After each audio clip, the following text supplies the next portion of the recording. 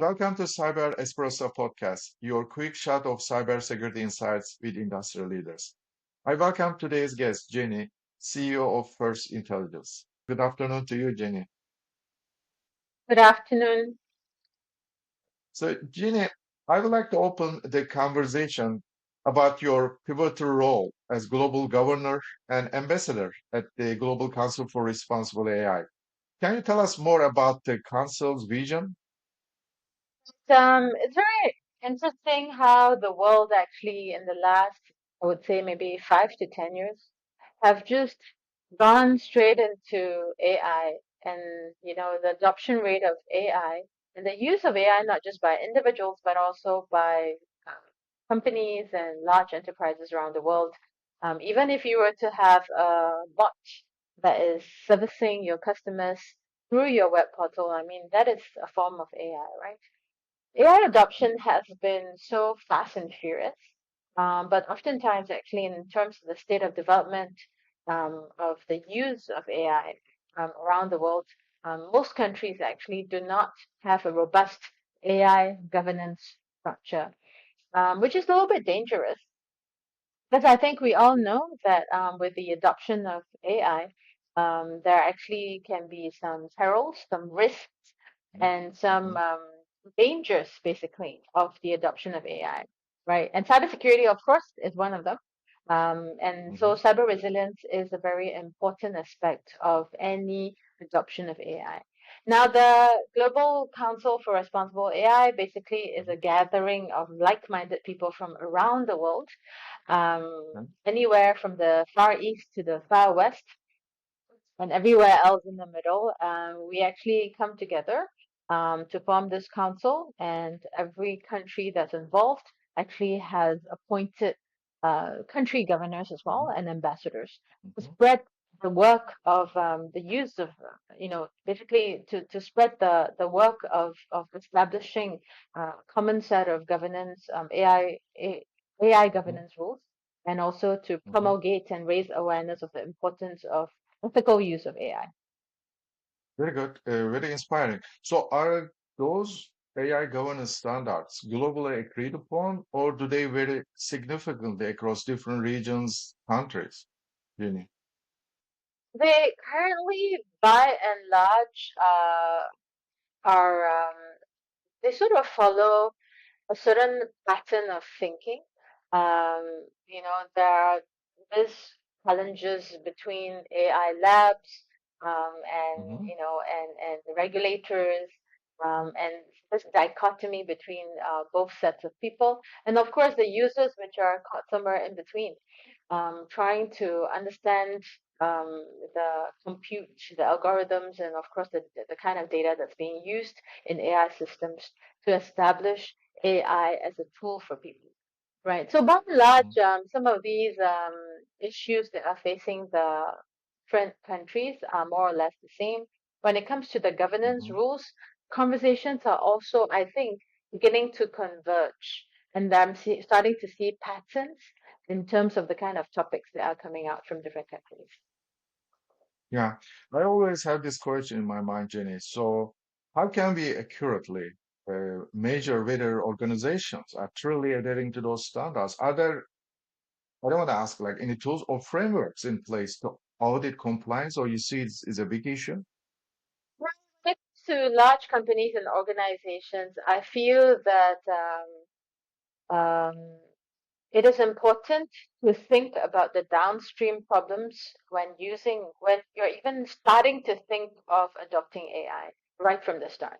Right? Don't worry about it Mhm, only when the time comes. So a lot of these challenges which are facing any company or any organization that is planning to use AI, we're talking about potential catastrophic risks, right? Such as mhm, AI-driven cyber attacks, global possible data breaches, AI-driven misinformation. All of these mhm, actually pose a similar threat, regardless of country, borders, regions, or even, well, they actually are common globally. So what I like to encourage people usually is that before you even start to adopt AI, think about the potential risks there are as well.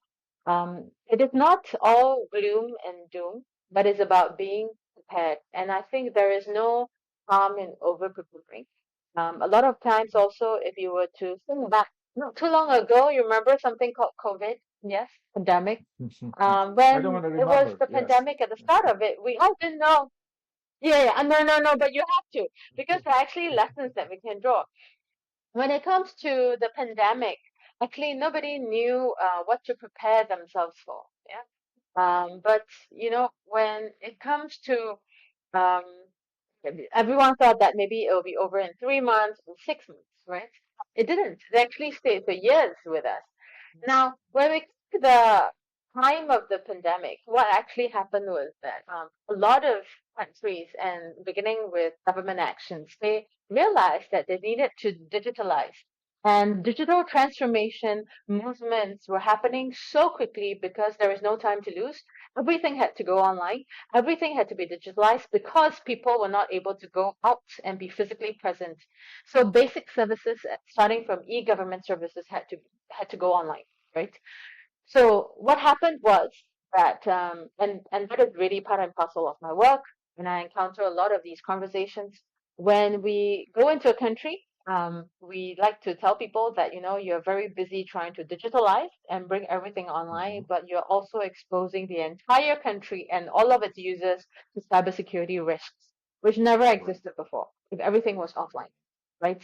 So as you pursue something good, which is digitalization, you must also be aware that downstream there will be potential risks when it comes to things like cybersecurity.